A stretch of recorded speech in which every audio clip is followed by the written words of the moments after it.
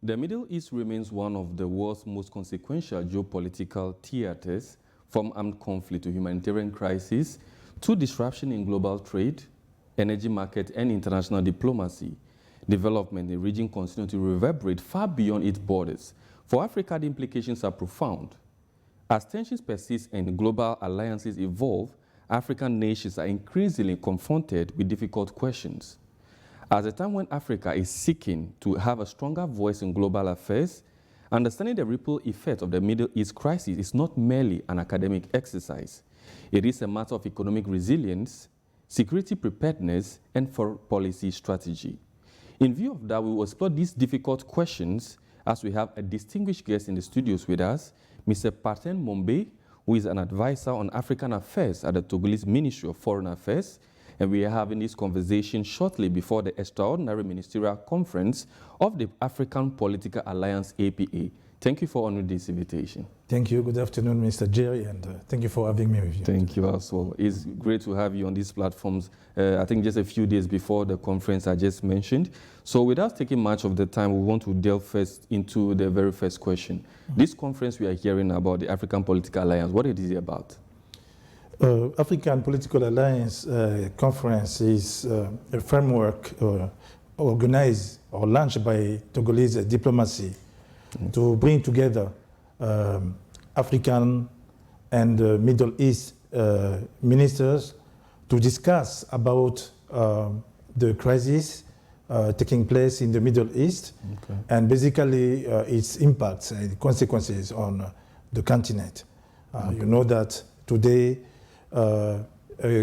when we have a situation or conflict in a particular area of the world, there is repercussions in other parts of the world, and we are faced with this.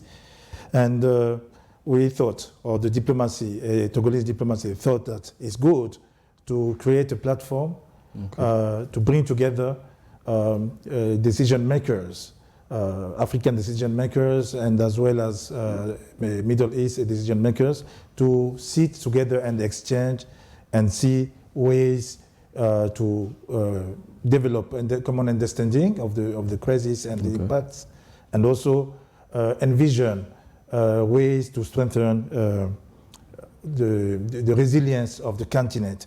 And this is in line with the aspiration of His Excellency, for Isozimna Nyasimbe, President of the Council of Togolese Republic, who has always encouraged Togo to foster or to promote dialogue, common understanding, and a common commitment for stability and development in the continent.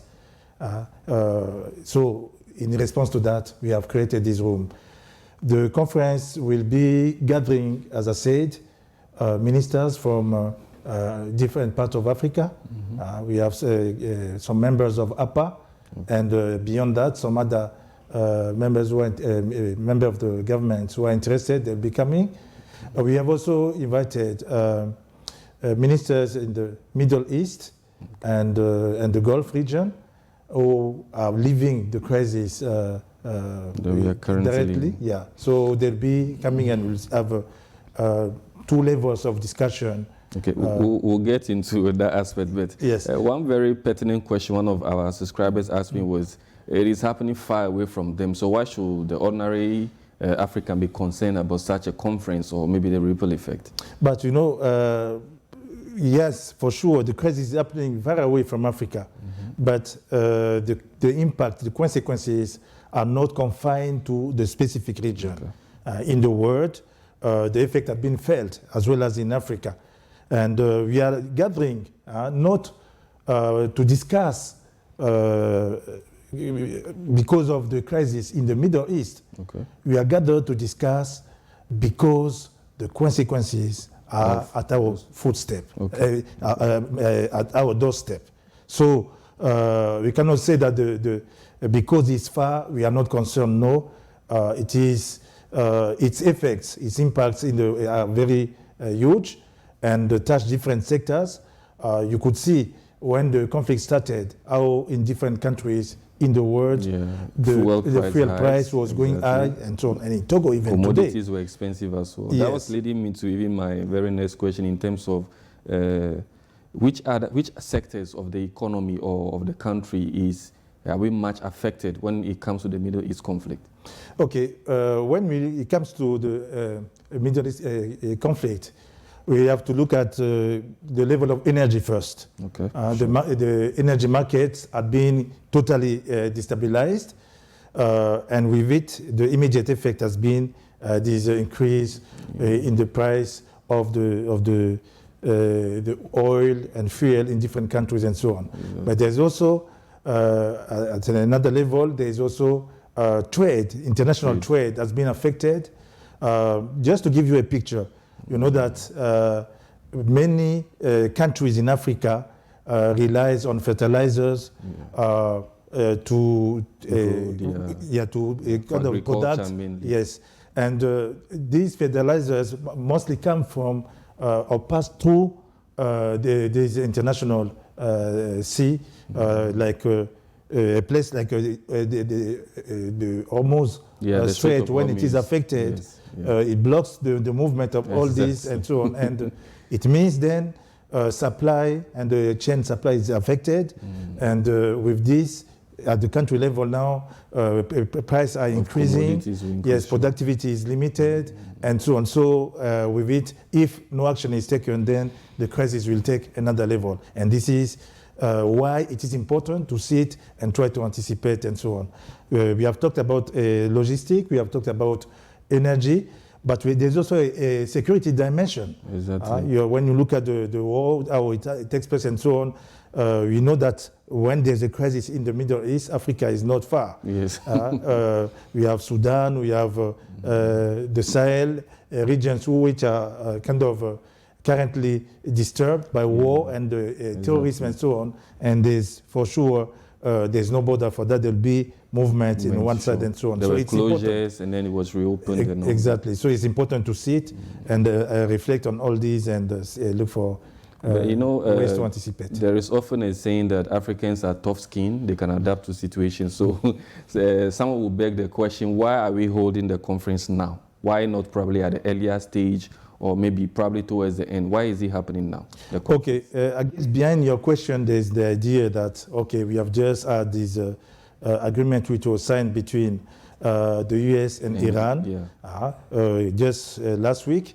And some may think that Togo has just decided to call people to come now and so on. But it's good to know that this meeting was convened some time back. Okay. And it requires a discussion, interaction with different interested parties to see how possible or when it is possible to sit and have the type of conversation that we wish to have, and it comes that that moment is the best time decided for it.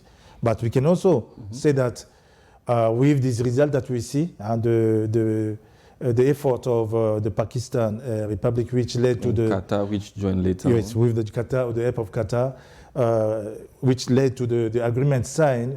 This also shows the importance of dialogue, which was also kind of one of the key elements for the Togolese diplomacy, and which is a confirmation, therefore, of Togo's action for peace and stability in Africa and eventually beyond.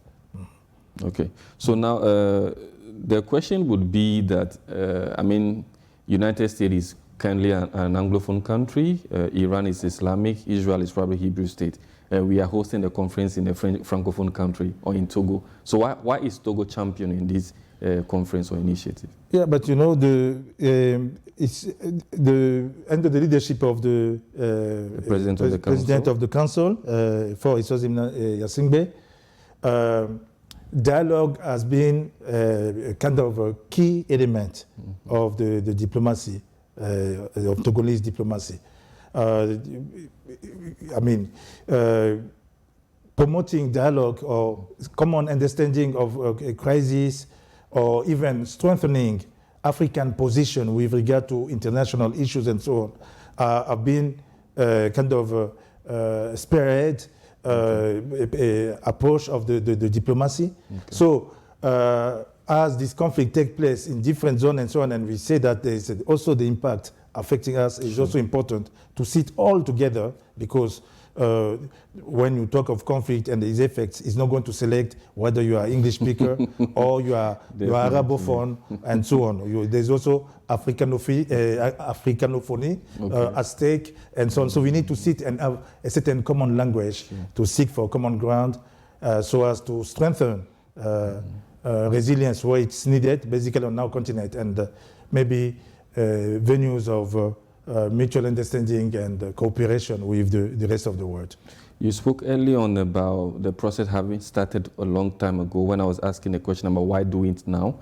So the African Political Alliance that is hosting the conference, the extraordinary conference, what particular role is the institution or the organization going to play with regards to the conversation or the dialogue around Africa and the Middle East? Mm-hmm.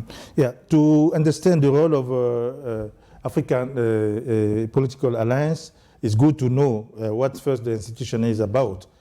Okay, that was an initiative under the leadership of the President of Conscient, which has been implemented or which has taken shape in May 2023. Okay. It's an informal platform gathering leaders at high level of African continent to have a reflection, a strategic reflection or exchange on issues that can affect the life of the continent and the population of the continent. Okay. And also to define, I was going to say, a common position or common voice of Africa in the face of the world. You know that in many institutions and so on, Africa voice had been absent. Yes. Eventually, there's no ground to create these common understanding of situation and common positioning of the continent. So APA, that's the name of in a nutshell, APA create this opportunity of bringing together different voices in African countries in Africa to reflect together, strategically to think and identify together ways to go when it comes to international issues or when it comes to issues affecting the continent. Is it complementary open to all African countries, or there are certain member states? Okay, let's say when it was launched in May 2023, there were 10 African countries. Okay. At the moment, when you look at the participation during the different sessions organized by APA, we can say there have been 20 African countries who got interacted or who participated, to some of the activities of... non-member states can equally participate?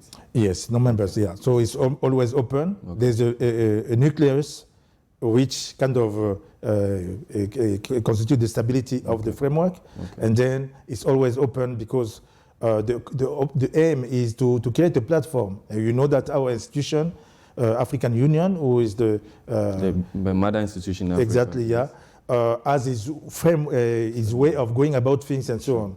The last time, for instance, the head of states and government met at the African Union level was in February. Sure. And the crisis took place 2 weeks later after that meeting.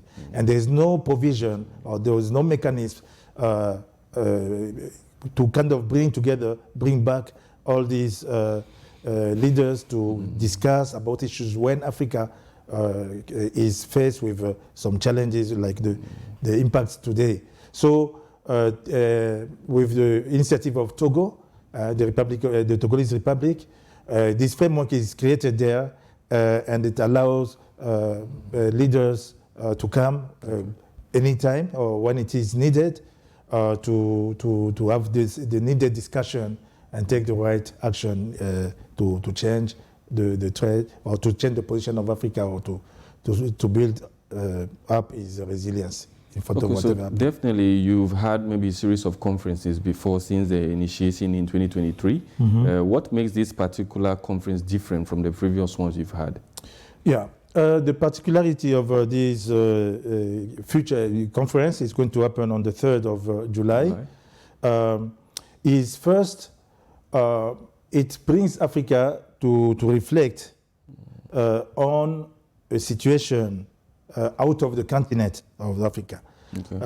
Africa is known as a continent of crisis and so on, but this is not about a crisis in Africa, but a crisis out of the continent, but with the ripple impact, as we said, which affects the continent. So it's going to be, first and foremost, reflecting on the crisis out of the continent, but which affect us all in a serious manner.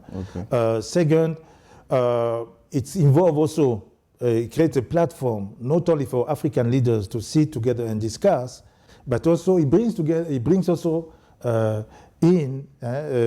leaders from the region, the Middle East and Gulf region, to come and sit with Africa, so that we develop a common understanding and seek ways to build up the stability we all cherish.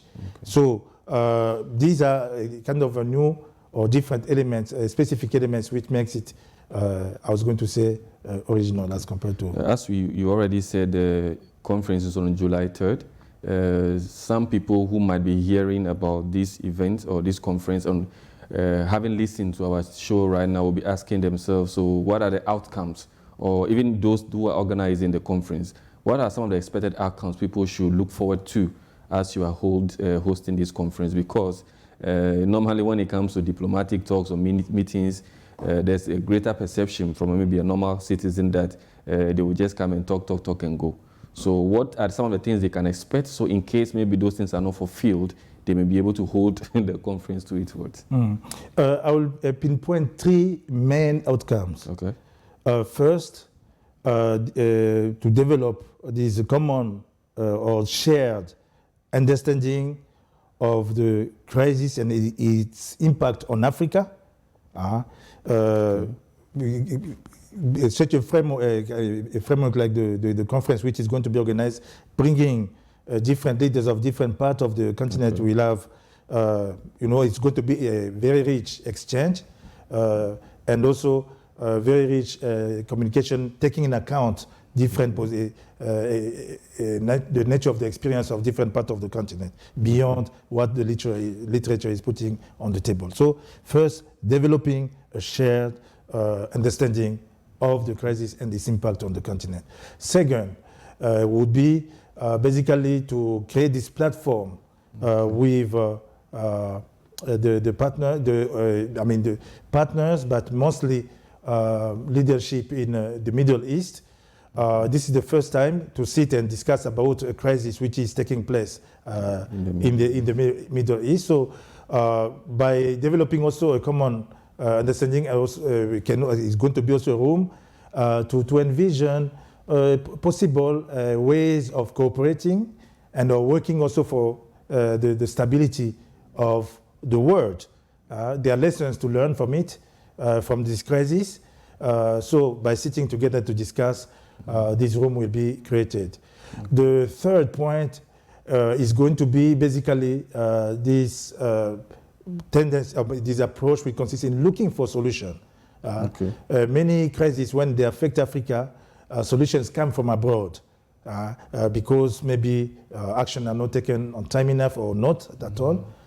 So APA, by bringing together these different leaders and so on, we create venue to look for solutions. It's not only looking at the crisis or its impacts, but it's kind of going also forward by looking on ways to anticipate where it is possible, future consequences, or ways to build up and strengthen, as I said, the resilience of the continent in the face of this crisis, which is really huge with very dear impacts and so on. Okay, so I have my last 2 questions. One other thing I want us to probably talk about is that you said it probably for the first time bringing together people or leaders from the regions where the effect is being felt much more or where the crisis is happening, and then maybe to other parts of the countries where maybe the indirect ripple effect is occurring.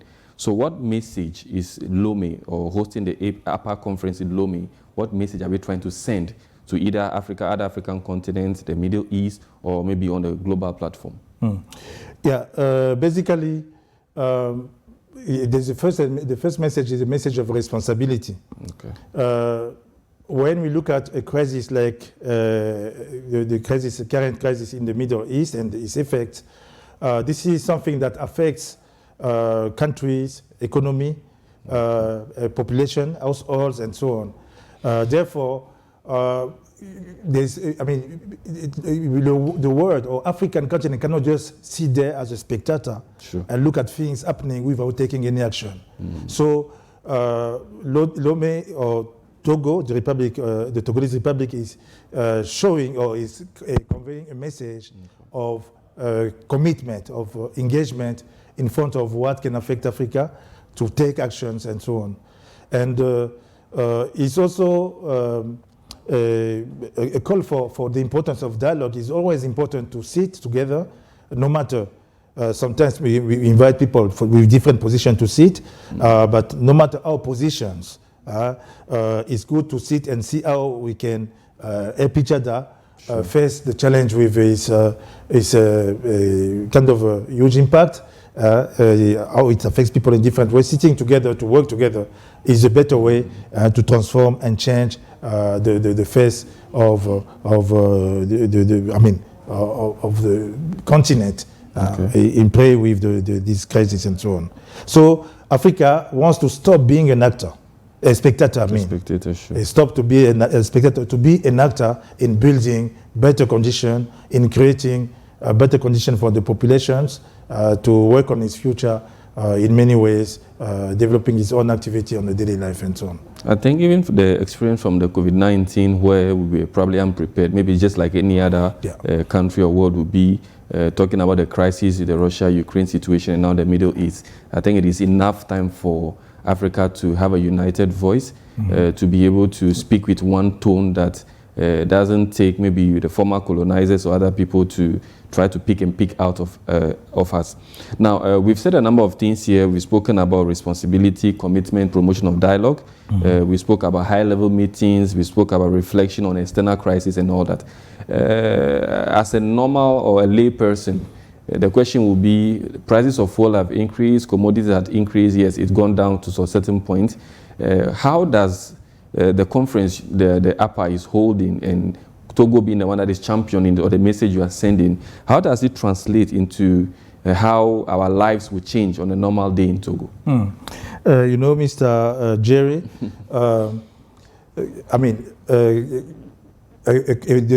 in diplomacy, the highest value is not in the number of the conferences or meetings and so on, but it is in the ways it improves the quality of life, it protects life of populations in different parts of the world. And with such a meeting, people may say, oh, another meeting, but we know with what is going to happen and so on, with the discussion that's going to take place, the price of the fuel is not going to change from a day to another. But with the discussion, with the reflection, with the strategic, let's say, decisions that may emerge from such a forum, the change will come. Africa will be better prepared to anticipate. We have mentioned already some impact of the crisis which are taking place, but it's not all. We have not seen the end. That's just a step with the impact that we have. Today we have the high price of the fuel and other things. What will be, what will follow? And which action to take to anticipate on what is supposed to follow and create a disruption in the society, in the life of the population and so on. This is what this type of conference is going to bring. So the effect, we may want to see the price of fuel goes down from a day to another. But this is going to be difficult. Yes, we need to cope with it at the moment, but we need to take action. We need to anticipate on worse consequences by creating, by taking needed action, by building up the resilience of the countries, of the populations on the continent, so that we stop kind of being affected by external crisis, and we are well prepared to cope with the external shock and eventually kind of put them under control. So thank you very much for very great insight that you've given us on this topic. We are far behind time, so I'll be wrapping up the show. But from the conversation, there is one key thing to learn is that Africa shouldn't be a spectator, but an actor in its own development. So we have come to the end of the episode of The Key Point. We'll see you next week. It's a bye.